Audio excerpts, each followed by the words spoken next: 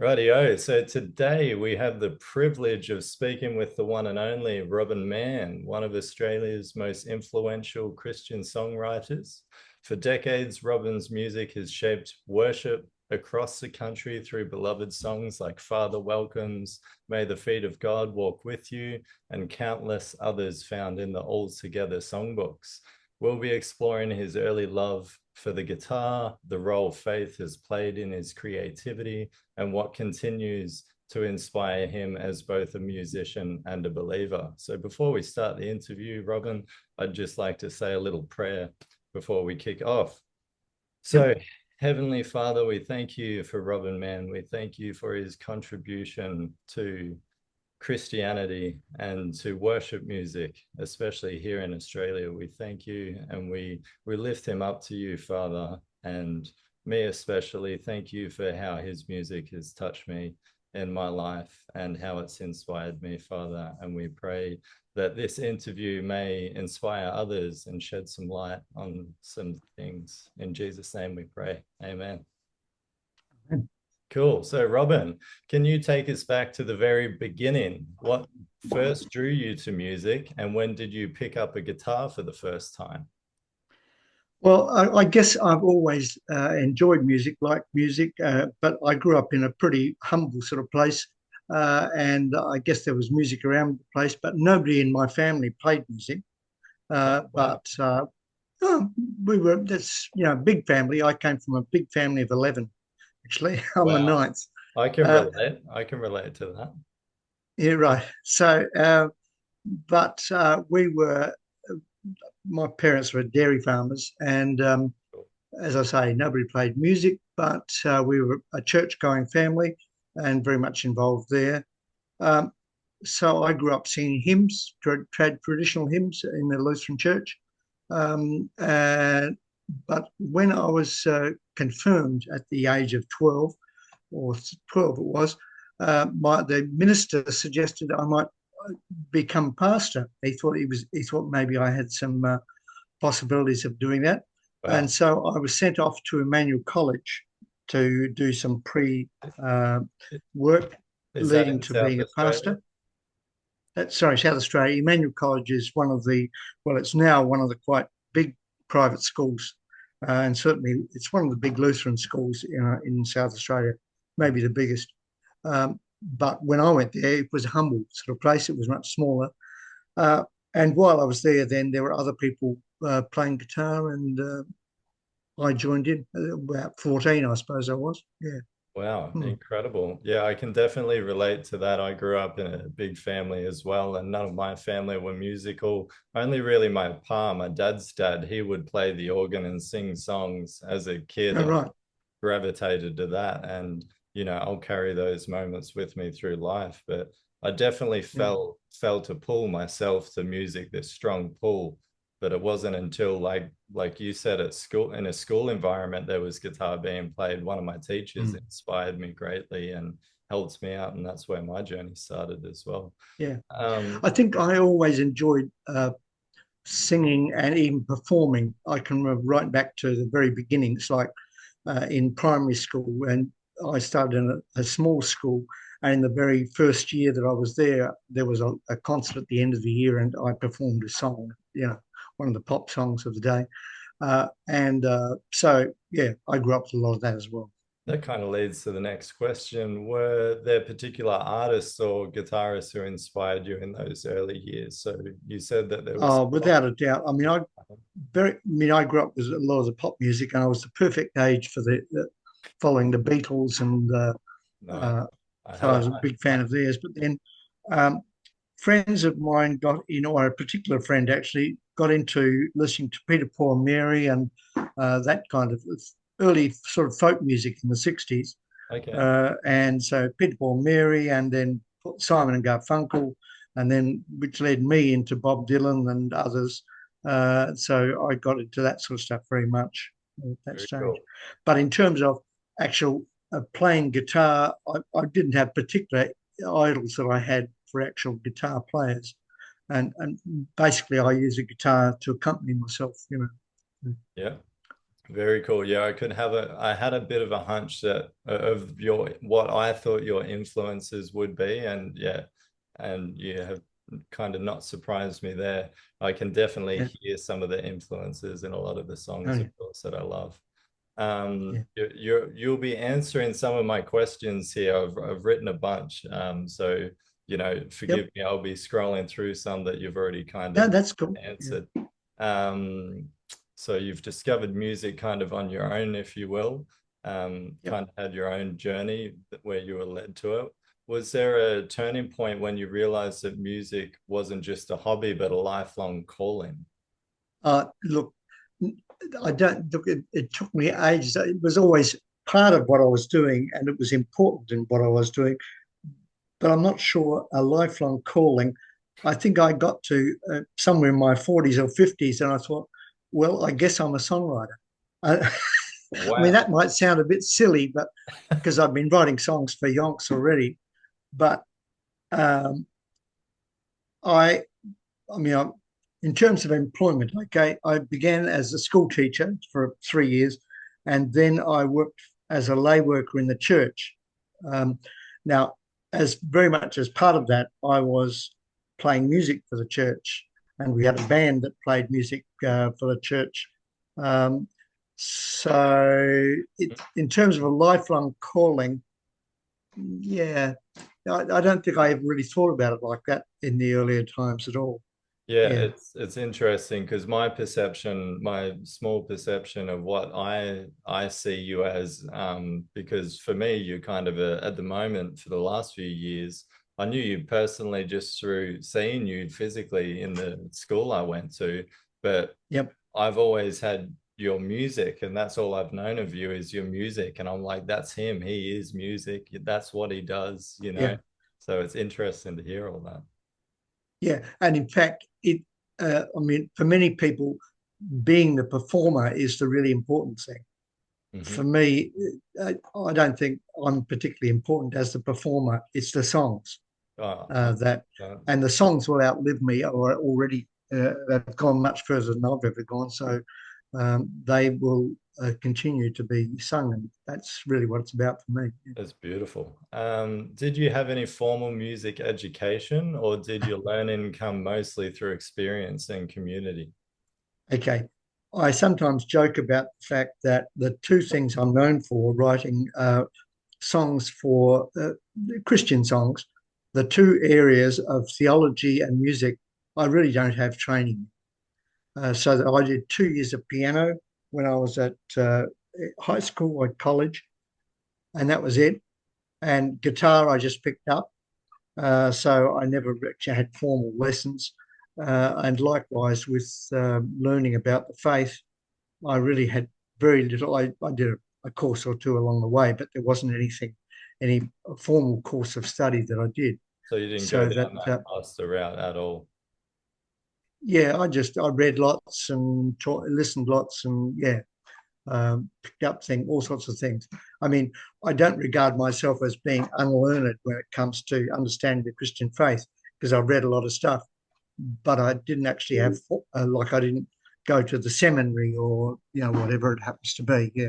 So were Mm. the first songs that you wrote, were they Christian based, or did you kind of just, was there a moment where you just wrote songs that just, and they just came out of you, or? Yeah, no, I started writing songs not all that long after I started playing guitar. So I was writing songs when I was 15 and through my teen years, but mostly they were not Christian songs. They were just songs about stuff that was happening around or, whatever I happened to be interested in. Okay. And I look back on it now and I regard, well, that's training. It's like, it's like learning how to write songs. Uh, the big change for me came with, well, especially my wife and I were asked, Dorothy, who has been the main influence really on my whole writing and singing and everything else. Uh, we were asked to be part of a group, a band that was playing for worship. And so we became part of that band called Kinderchrist. And we were playing all over the place. This is back in 1971. We were just 21 years old. We'd been married for a year. We got married young. Uh, and so that then became a really important thing, because then I was writing songs for the band, and I was writing songs for worship services that we were playing in. Especially, there was a worship service that happened at our church, St. Stephen's Lutheran in Adelaide, and we had a monthly youth service or student service that attracted hundreds of kids, and the band was playing for that every month, and I often wrote songs particularly for that service. Awesome. I've got some other off-script questions here, just in light of that. Doing the whole band thing myself, and then going to university and studying and learning about copyright. How much Yep. of copyright did you know when you entered that band, Probably not that much initially, but I picked up a lot of stuff as I went along, uh, and understood how it works, and Yeah. importance of it and stuff. Yeah. Yeah. Mm. So when you would get to have the opportunity to perform those songs, was APRA even an established thing back then? Are you familiar with I APRA? didn't know about APRA really until um, a bit later. I mean, I became a member, I suppose, in the early 80s. Oh, So wow. It's been going that long. yeah, yeah, I really don't know how a lot of the earlier stuff. It wasn't such a big thing. In things like CCLI, and I'm not sure when I became aware of all that sort of thing. Really, um, yeah. So was there a specific moment, or did you even feel God calling you to write songs for the church? Uh, I felt very much that was my job, and as I've gone along, I certainly understand very much that this is the unusual. It's an unusual gift in many ways, and but that's sort of my job, really. Yeah, Yeah. that God wants me to do this particular thing. Yeah. Now, having said that, I don't necessarily think, look, this every song I write, God gives me. I Yeah. mean, there's lots of songs I write. I think, yeah, well, that's all right. Um, yeah. Mm. Yeah. Some just hit differently with a wider audience, I guess, as well. That's, I guess, the interesting thing about just music as its own thing in general. You know, you can see all these popular songs that aren't God related at all, completely the Yeah, opposite, if cool. you will, and that hits the Yeah. masses, you know. Yep. Um, That's right. so can you say, how has your relationship with God influenced the way you approach songwriting? Has it approached how you like choose the way that you write, like any of Oh, that? it's all totally connected, and interweaved, and yeah, I mean, yeah, that's hard. In many ways, it's hard to answer, but because um, uh, I mean, I can't separate my faith from my songwriting. I mean, it's all part of the same picture. It's a whole. It's not bits and pieces. It's not like, well, here's my faith and here's the songwriting.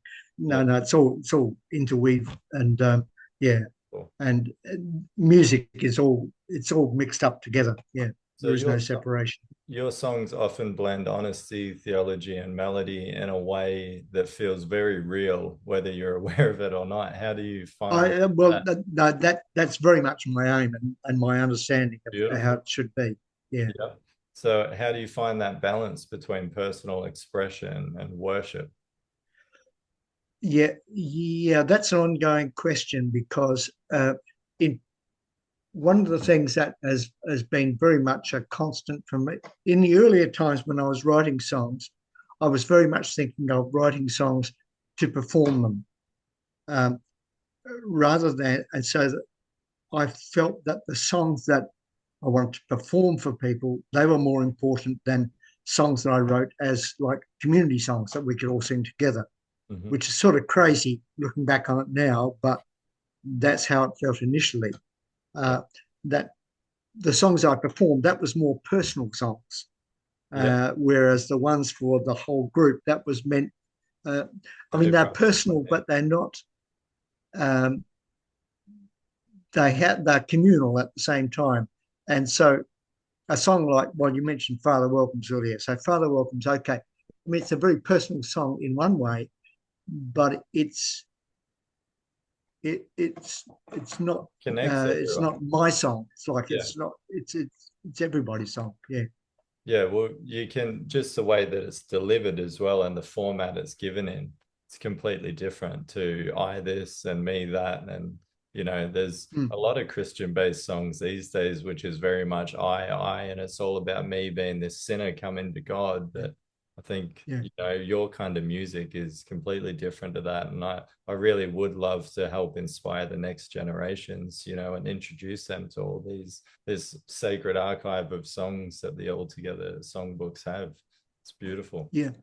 Thank you. Yeah.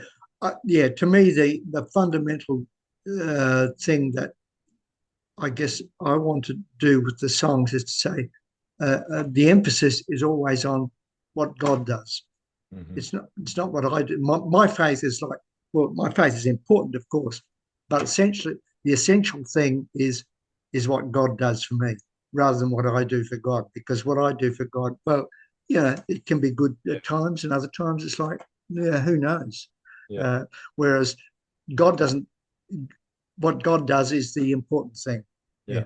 Is there did you find that you had to kind of create opportunities for you to do these worship songs? Did you have to sit down at some point with the team or your band and go, how are we got to do this? Or did it kind of did you just see all the opportunity there and you just dove into it? Um, yeah. Basically, I wrote the songs and then I would bring them to the band. So there's a new song. Okay, can we do this? And I was lucky that I was with a group of people who were very much understood how to how to do the songs. Uh, I mean, for a start, I mean Dorothy has led um, most of the song or many of the songs that I write, and she has an excellent voice for leading groups of people and singing. It's a very clear voice. It's a very true voice. Uh, she doesn't want to mess around with the melody, and so it works very well. We worked with a bass player, a guy called Doug Petherick, and he was a perfect bass player to be doing this kind of stuff. So always sympathetic to what we were doing. We also we grew musicians, so we had a daughter, Kristen, for whom Father Welcomes was written for her baptism. But then we had 2 years later, we had twin boys, twin sons who last in July, they turned 50. So now Wow. they but can both play music. But Tom, especially, uh, he's a drummer and he's a Amazing professional. drummer. And he grew up, well, we always say he came out banging. Uh, and he became the band's drummer for about 10 years. How old Uh, did he when that well, he happened? started playing drums in the band when he was 11. Wow. And I mean, he was already an accomplished drummer, even at that stage. So that we were recording. So, in fact, the third Altogether book, Altogether Everybody, the Orange Book. Um, so, the recordings that we did for that, so you can hear Tom playing on that collection because he's the drummer for the band. And that was when he was 13, 14, 13, maybe. Yeah. Copy. So Well, so and Tom is a very sympathetic drummer and always was able to support the song rather than to say watch how flash I can be, not what it's about at all. So he was a songwriter's drummer very there much. was a song I was listening to of yours the other day. I can't remember the exact one. I think it was on that God 1.0. Was it God 1.0? God version one, yeah. God version one. Yeah, there was a song on that where he had a little bit of a highlight to express his drum prowess. And Yeah, yeah. song is that where he gets to cut sick and do a few polyrhythms. There's a song on there. It, it, And it's yeah. a real funky one. It's incredible. And it's like, wow. Yeah, next level. Actually, that's probably a God version one. Actually, I think I he think does an it might intro be. on the live album we Mm. did of that. He does it's a whole, yeah. He introduces it. with some very Yeah. smart drumming. Yeah, he really changes like the rhythm of it a lot, and it makes it really interesting. But then he honors it perfectly when it kicks in, you know. Yep, yep. Um, where's he now in Melbourne? What's he doing? I, oh, he's in Melbourne, and he teaches drums. Uh, maybe three or four schools now. Wow. So individual students, and then plus he does lots of gigs with absolutely 80s band, the Countdown band. I mean, around the country and in Melbourne, plays gigs with weddings. There's a group of musicians in Melbourne that actually called the Baker Boys, Oh, I've heard of and them. Yeah. it's not like the band, but in fact it's like a co-op, and Yep. it's like people who are looking for a particular musician for Session. an event or a wedding or whatever. Yeah, we've Then, got them up here as well. all right, okay, yep. And I mean, obviously, the people who are available in there have got to be able to just slot in and do stuff. And Tom is part of that. Yeah, Yeah, I've started doing that stuff myself, and that's what I've always aspired to be a session yeah, musician, to just jump into anything. yeah. So the Is band thing's very personal. It's such a relationship, isn't it? It's really yeah, like how you have your relationship like with your partner, with a loved one. Like, you know, the emotions can run high, and yeah, yeah, it can get crazy. yeah, Uh, yeah. have there, just finishing off on the faith-based kind of questions, have there been times where you've struggled with your sense of calling or faith as a musician, and how did you work through that? Oh, it's an ongoing question. I mean, sometimes, well, you would know this yourself. Sometimes you really feel totally, Questionable? mm, yeah. Uh, I don't ever, I don't ever struggle with the sense of, I mean, God's always real, or everything. But in Mm. terms of um, my own, probably, I mean, at this stage of my life, it's like, well, I'm not sure whether I need to do anything. I mean, I keep having ideas that I should be writing songs, and I keep having people saying, "Oh, look, the songs you write are great," and so I think, well, I should go on writing songs. But at this stage, I don't have specific events or situations that I'm writing for, even though I'm involved in my own church and everything. But I don't feel the need to to be writing. So I Mm. guess I struggle with that, but So I'm not that sure being that really. said, I'm not sure it answers your question really. no, Yeah. that's fine. That being said, so did you feel this need when you were younger? Did you see this big gap? Okay, like were you feeling like, because I'm gathering just based off my experience of growing up through the Lutheran church, like I would still hear all the old hymns. Was there ever a point where you were like, oh, like there was all this wonderful pop music like the Beatles and Bob Dylan and all that stuff, was your generation like, oh man, these hymns are kind of somewhat boring? Was there a disconnect there Oh yeah. with Oh your yeah. Very. I mean, generation that's back very then? much for Dorothy and me. It's like we both. I mean, Dorothy's dad is a minister, and he was the one who suggested I become a minister. Uh, but we grew up with the trad hymns, and by the time we had, The trend. uh, well, certainly by the time we were 20, it's like, no, we weren't interested in the traditional hymns. And Yeah. in fact, the student when I was at university, so the student chaplain, a man called John Sable, he I knew it. I had a principal, Sable, Mr. Sable, in Horsham. My first principal was Mr. Sable. okay, that would have been Would have been a different one. yeah, yeah, that was his brother probably. Wow. Oh, it might have been, not sure. But anyway, John he started on campus services that we used to have, like every fortnight or something. We'd have a service, and that was with us using contemporary music, like modern hymns that we were picking up from American sources, basically. Um, and Was that part of the then Jesus movement that was going on through the 70s? yeah. Well, see, that's at the beginning of the 70s. Well, in fact, late 60s, beginning of 70s. And then, of course, he started the student service at St. Stephen's in Adelaide.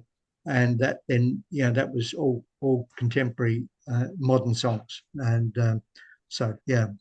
Uh, Cool. the trad hymns for us, it was like, no, we sort of lost interest in using it. I mean, I still know lots of them, and I probably still use the occasional one with those and now, but mostly no, I it's think I think like after I've done my bachelor and studied Western arts classical music, and I had the honor of being one of the few to study like Bach and all the great composers, and learning that people like Bach literally devoted every single thing he wrote to God, and his music is the one standing this test of time. And studying about like how everything was delivered and carried out back then, and then seeing and experiencing how it's carried out now, I feel there's a big disconnect with how it's performed and how it's played, and how it's kind of directed. I feel like it still would carry the weight that it did back then, but I just feel there's a disconnect, and the people carrying it out maybe are just out of touch with how it originally was. And I say that yeah, because with what we're going through this new age now, there's all kinds going on. And I think you should have seen surely that the Christian music that's out there now is very much just adhering to what's popular on the radio now. And what's sure, popular on the radio now is so much more simplistic than all the wonderful stuff that was on the radio back in your time.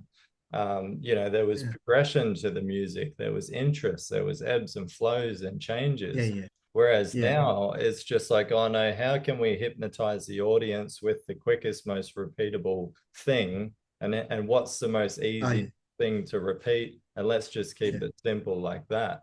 And I feel yeah, led to go back, take a back step, you know, and kind of yeah, grab and honor all this amazing music that has created what we have. Because the people using this stuff today are just taking this tiny little snippet of something that is amazing and full of majesty. yeah. I mean, the I mean the dominant sort of popular music is very much that. You still have lots of streams that carry on, and including people who write songs that are really interesting and lyrically, musically, and that carries on. So that there are a whole heap of people, but of course they're not the most popular most of the time. 100%. So it's like, yeah, hmm. Bit of a disconnect there, I think. Oh yeah, sure. So what Yeah. usually sparks a new song for you? Is it scripture, prayer, It can personal be any number, experience, almost anything. something else? The main question that a songwriter like me at least gets asked is, which comes first, the music or the words? And I'd have to say I think that was coming up. yes, yes or no. I mean, it depends. Look, a song like okay, I'll give you a couple of examples. So a song, Father Walters, all right. Now the tune came first, at least The the music. chorus tune.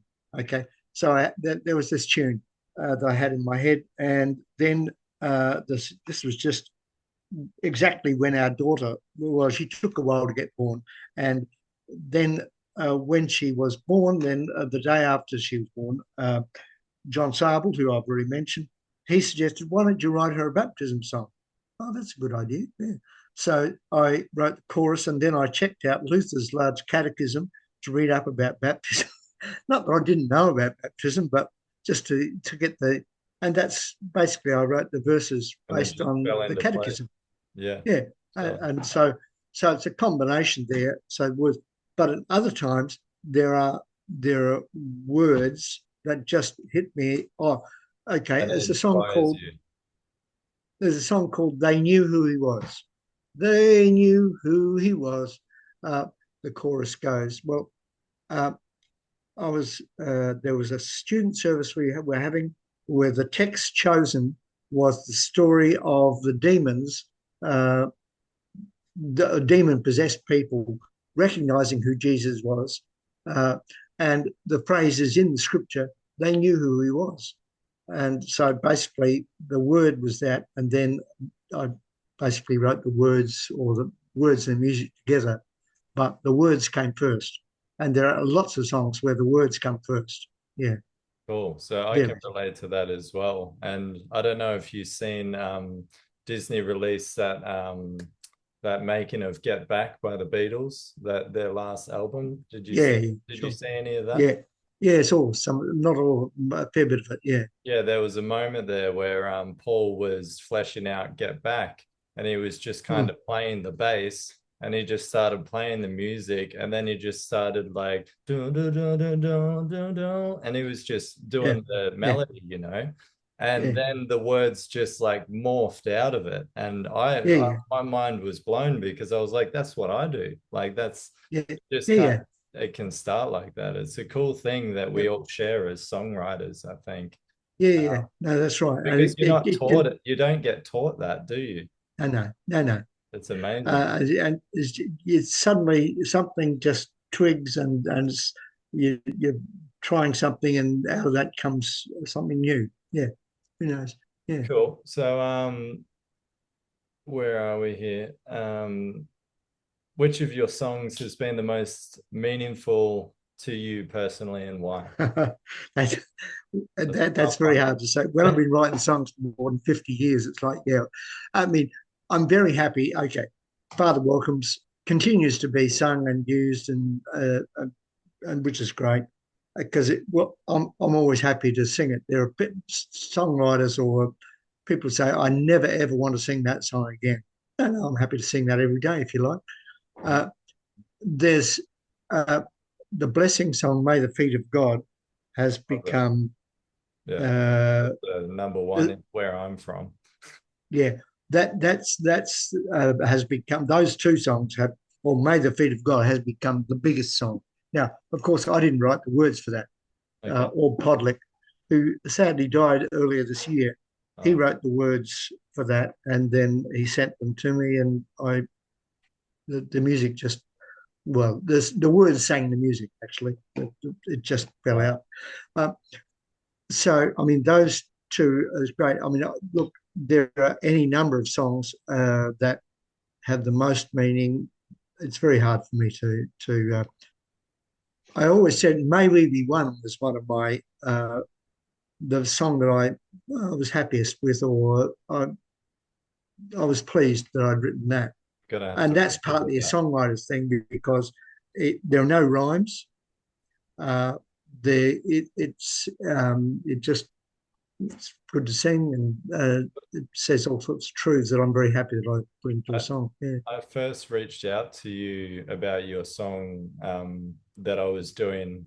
I was using for my classical arts music. One of my final assignments there was for You Deep Stillness. All right. Yeah. Yeah. Do you Yeah. remember writing that? Yes and no. I mean, I remember. Yeah. Uh, Again, I didn't write the words, Okay. but I actually edited the words because the original words that Julie Perrin wrote, Melbourne woman, uh, she wrote, it was originally "Deep Stillness of the four U's" came at the end of the line. Okay. And it was Dorothy who suggested that, why don't you write music to go with that? Because we received the words. The words, there's a whole story. The words, there was a Christmas letter or Christmas card, I suppose, sent to us uh, from the guy who had been the moderator of the Uniting Church in Victoria, and he had those words in this card. That was the blessing, if you like, Christmas blessing. Um, and Dorothy said, "Oh, look, you could write music to go with those words." And so I sat down, and it was very much piano based. And I mean, I don't perform on the piano. Piano is great for helping to write songs, but because all the notes are there.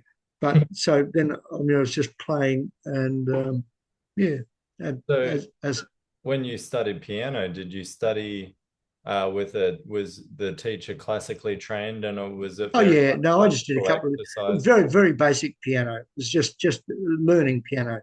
So Yeah, I just did a couple of years of learning piano. That's all. It yeah. was nothing. but it was, the standard sort of, So you weren't uh, aware of like the classical influence that was coming out of the music and how it abided by all these what, classical kind of principles. no, I mean, I didn't grow up with classical music at all. I mean, I've learned a lot of it since, but I didn't grow up with that at That's all. amazing. So That just to me, that to me is like God's divination, just like that's the spirit to me, how it can just come to you without being trained and it just yeah, falls into order, you know, yeah, yeah, because God yeah, is all about order. And, I yeah, love studying music because the more you study music and look at how perfectly constructed it is and how everything works yeah, perfectly. yeah. There's only so many things, but you can get so much out of it. It's amazing. It is quite staggering. Yeah. Um, Finishing up on the songwriting questions, what advice would you give to young Christian songwriters in Australia who are just starting out? Hmm. I mean, I think um, don't try and imitate what other people are doing, and perhaps most importantly of all, learn about the faith, grow in the faith, understand what Christian faith is all about, grow deeper in that. And that to me is the fundamental thing with writing good Christian songs is you need to understand and learn. You learn from you learn all about the faith, I think, and not learn about it, but grow in the faith.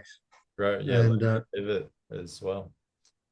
yeah, Um, with the All Together songbooks, I've got a few questions there because they're quite a remarkable thing, these All Together songbooks. I don't know if you know, but we live in an age where, well, we've gone through an age of pirating music and things, and where it was very much frowned upon, and now because of streaming services, everything is becoming accessible, and they've tried to kind yes, of open up the gates of it being acceptable, if you will. But these All Together songbooks are very much kept sacred, and you cannot pirate this music. It's all perfectly kept there by, I think it's called what's it called, the Australian Christian Resources website and you, your website as well. So how yeah. did your involvement with those All Together songbooks begin? Was it through Chris? Oh no, no. Look, there's a long story there too. The original, altogether, well, the first two books especially, but the first book, okay, there was this is the Lutheran Church had a department. This is when the Lutheran Church was considerably bigger than it is now, but then lots of churches have shrunk. Uh, but the Lutheran Church had a department called the Board for Congregational Life, and there was a youth department, and one person who was the director of that, and he saw that it might be a good idea that to put out a youth songbook, a songbook for young people. And so there was a group gathered together. There were initially, I think, four people, and then I was added to that group because this was late 70s, 78. Uh, and so we put together this songbook.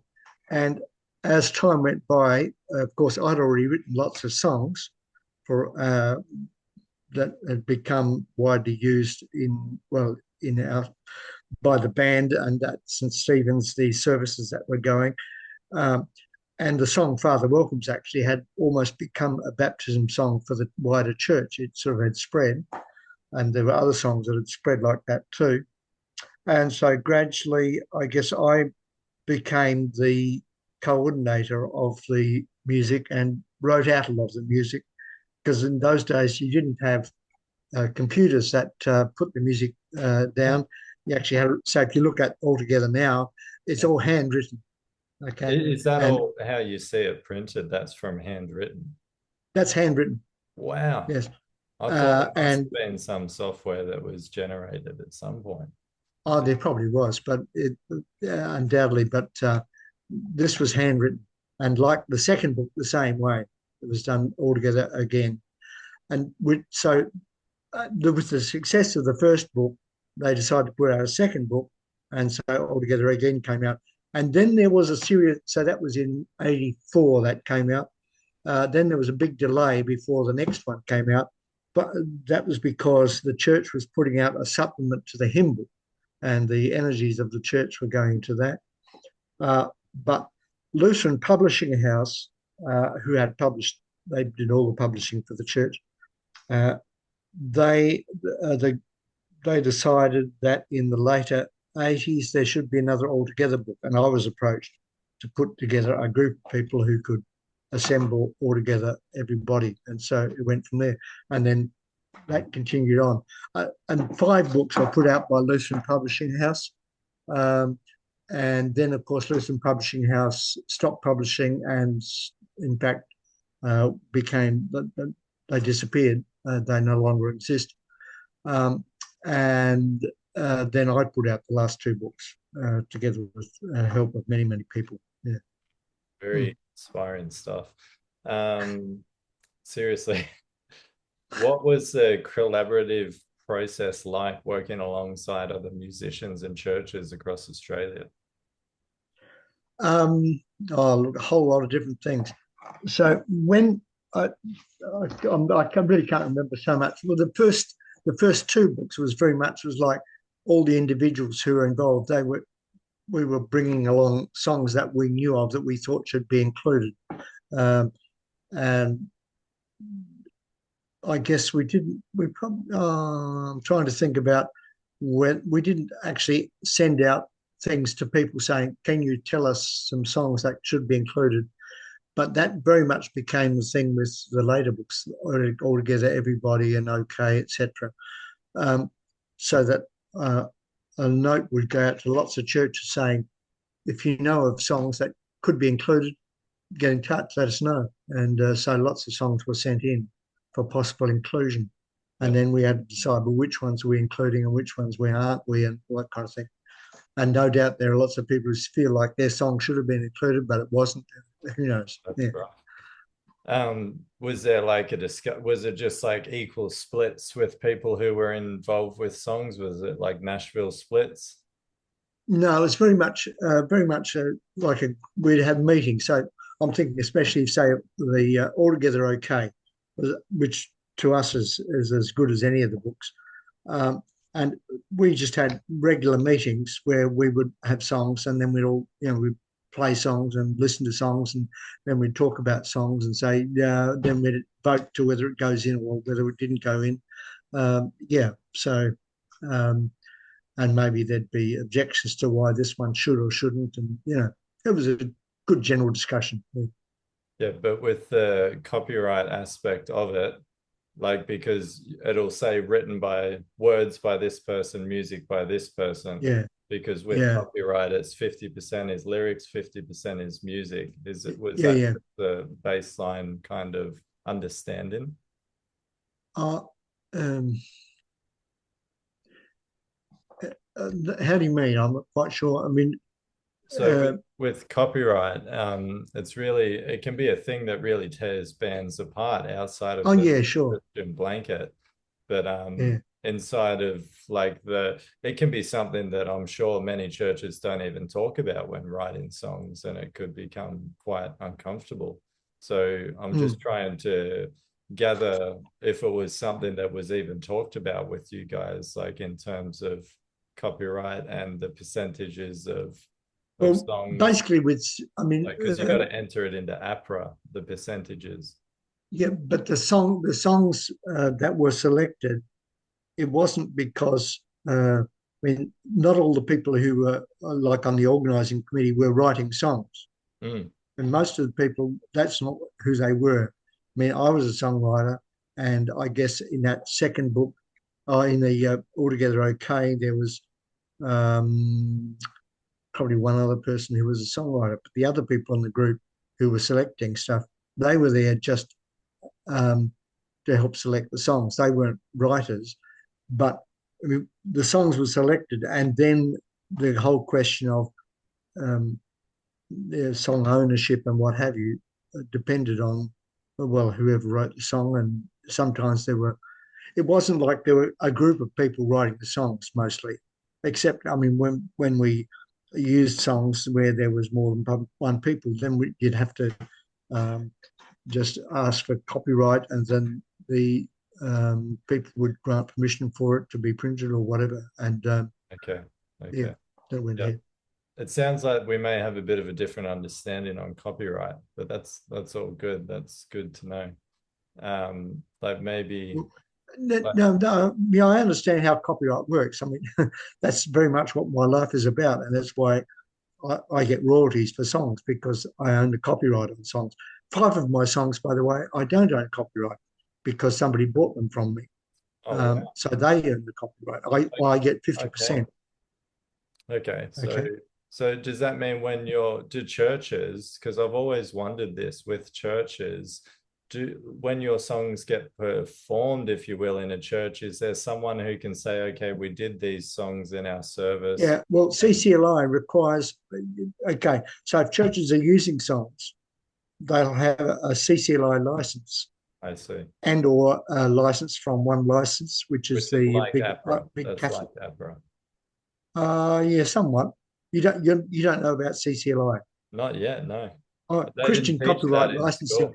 Well, yeah, All right, they don't teach Christian Copyright Licensing International Wow. is the biggest copyright. So licenses are granted to churches Mm-hmm. so that when they use songs, I mean, this is where, for example, with my songs, uh, the I earn most of the money that I earn comes through CCLI and other similar organisations who license to churches so that when songs are used, the songs are there's a record of those songs, Yeah. and that all goes into the organisation CCLI, and then there's not a percentage, there's a selection, if you like, or a cross section of those songs. Then that's royalties are paid for Yeah. all those songs. Yeah. Yeah. Okay. So So it is very much like, it is similar to it's similar to yeah, the the kind of thing Apra Ampos does. Yeah. same thing with like performing like live music venues or Oh venues yeah. that have live music, they have to pay APRA Oh fee. yeah. And yeah, That's right. Same sort of stuff, just in the church area. Yeah. that's amazing that Church, out of all the people that I've spoken to about all this stuff, you're the one telling me about that because university didn't even teach about that. And that no. and the churches haven't explained about any of that as well. Like Oh right. in the Lutheran church, like growing up, given I was attending the Lutheran church back where I'm from up until about 15, 16 years of age, and then a little bit more as an adult, it was never spoken about with the musicians. No. I never knew of anyone who was writing these songs down. So that's No. interesting to hear. Now it's become very much well. It's a very important part of churches' organisation these days, that they need to actually have this registration with ECCLI mainly, uh, and then they need to make sure they're paying them for the use. Hmm. Cool. That's beautiful. So we do have the same understanding then. Forgive me for that, speaking out of Yeah, no, turn. that's cool.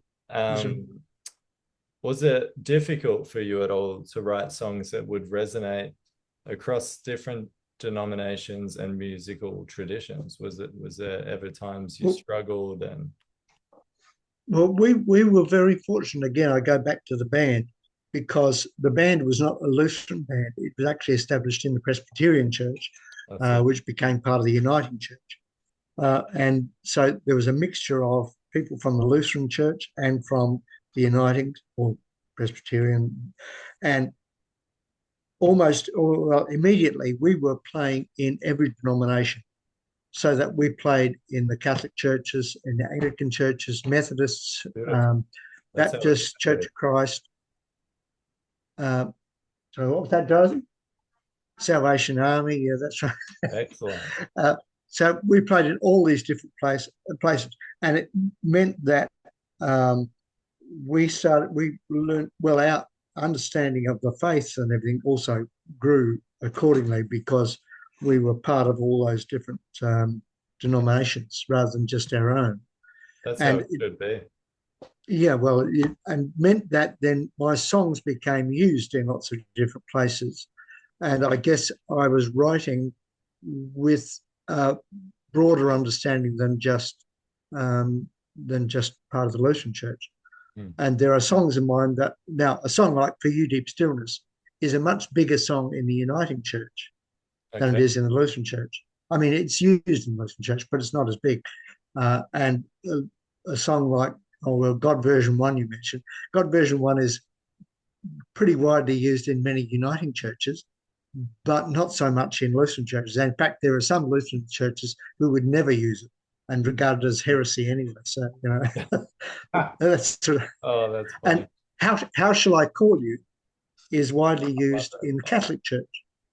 Yeah. Um, and it was published in a Catholic songbook and become widely used Well, there. well, Bach, interesting you say that. Bach was a Lutheran and Oh yeah, he composed for the Catholic churches of the time as oh well. yeah, He was hired by them, so there's a cross-pollination there.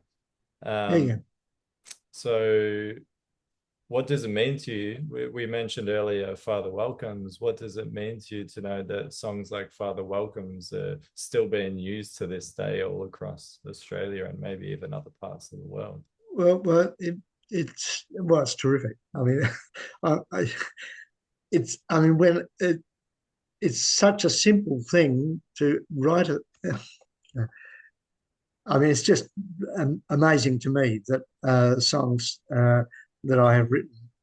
I mean, Father Welcome's classic. I mean, because it's used all around the world in one place or another, and it's been translated here and there. And Wow. uh, uh, so, yeah, the songs. Uh, yeah, I mean, it's just fantastic. You're speechless. It's Yeah.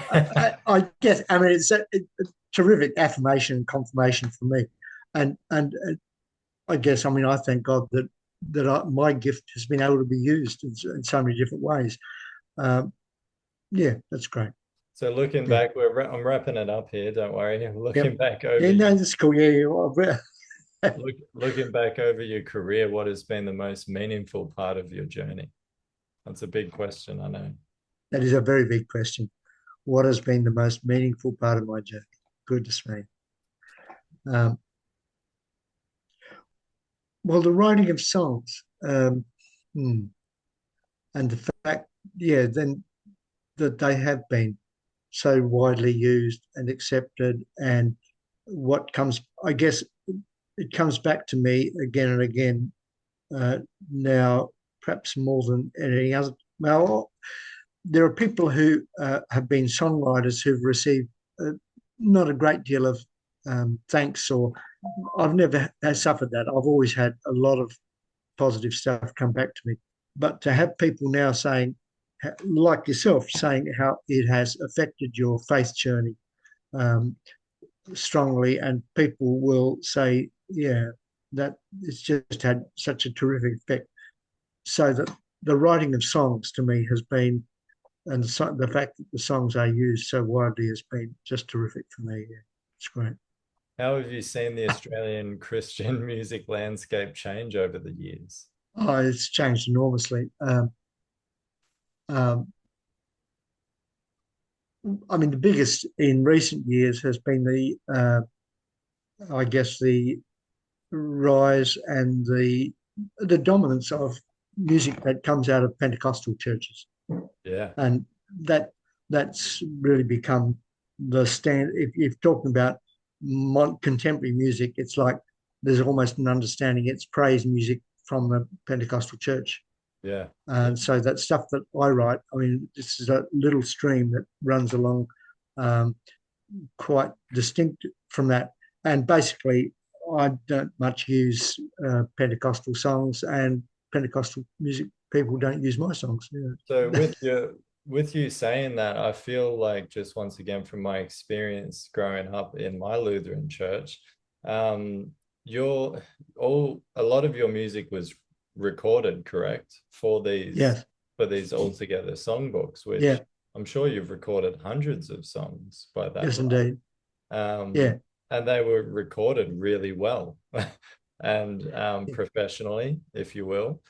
So Yeah, the when the first two books very basic, was very much home recording, but okay, after that, yeah, lots of professional stuff. Yeah, yeah, it's good. I'm also heard the later recordings, I think, at Yeah, school, like from the Red Book onwards. I yeah, think good. the Yeah, Red Book was the third book, hey, and then there was the orange and yellow and no, the orange was the third, the oh, red was the okay. fourth. There you Okay, go. sorry. Yep. Yeah. All Yeah. right. Yep. I'm about to purchase all of them and get that entire catalog there just because, Okay. it's so precious. What I was Yeah. saying is those, like, not everyone can stack up to that musicianship in churches across the country. And I think that's kind of had a heavy hand in the diminishing of it somewhat. Yeah. Yeah. In recent years, because of the shrinkage of a lot of the churches, the more traditional churches, Mm, that musicians have become thin on the ground in many places. of And course. so Yeah. a lot of the smaller churches have just used recordings. Mm. Um, and yeah, that's unfortunate, but that's the way it has been. Yeah. Yeah, well, Mm. you'll be happy to know that I look forward to introducing many of my new students at this Livingstone Christian College to these altogether songbooks, and I can't wait to try and fuel the fire and inspire them Delighted. Yeah. to do the best that That's we can terrific. there. Yeah. Are there any current artists, worship writers, or movements in Australia that particularly inspire you? No, I can't say there are. I'm sorry, I'm Yeah, not aware. But then I don't keep in touch with a lot of stuff these days, so I really don't yeah. know. Yeah. You've got your thing going, that's fine. Yep. What do you hope your music continues to communicate to listeners and worshippers in the years to come? What's the message? Oh well, I hope that it continues to be uh, the basically to pass on the faith to people, so that people grow in the faith and understand the faith, and it inspires, and it becomes a vehicle for people to pray and to praise and to learn and to Good. yeah, all those things. I mean, Yeah, that to me is fundamental, and it's just great if people have that. yeah. Well, Yeah. that's all set up perfectly with the music and the words there for that to happen. Finally, if you could sit down with your younger self, the one just picking up the guitar for the first time, what wisdom would you share? uh, no, I really don't know that uh, Have a think, have a think. Take your time. yeah. Your younger self you're talking to. Yeah, I mean, yeah, it's very hard because your younger self. I mean, basically, it's like go for it. Whatever. Go for it. I love it. Yeah, Just yeah, do it. Uh, yeah. Do it. Yeah, Yeah, yeah. nice. Excellent. Well, thanks heaps, Robin. I'll end the recording here and I'll just stick Yep, around for a quick chat after it. yep. So thank you for sharing your time, your story, and your faith. Your music has encouraged and inspired generations of Australians and Christians, and it's been a privilege hearing the heart behind the songs. So thank Thank you very much, Nick. you. Good to talk. Cool. I'll end that there.